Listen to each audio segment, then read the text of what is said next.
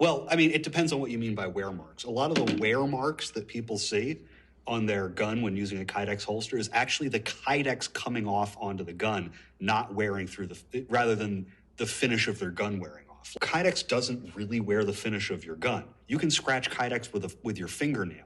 How is your fingernail harder than like the melanite finish on a gun? It's not.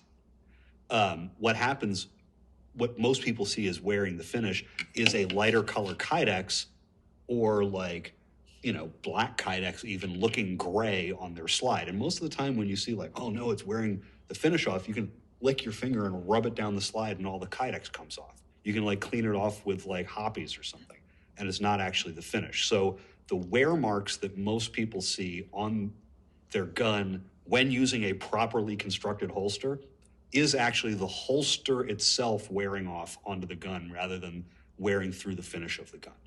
And since this material doesn't have the same properties as Kydex, it's not going to wear off onto the gun. It's way tougher than that. Yeah, I will say one thing that will wear the finish of your gun is dirt. So if your holster's dirty and you're grinding it back and forth against the gun, every day, that does add up over time. But it's not the plastic that's scratching the gun. It's the dirt and the, grit that gets in there. So keeping your stuff clean helps a lot with that.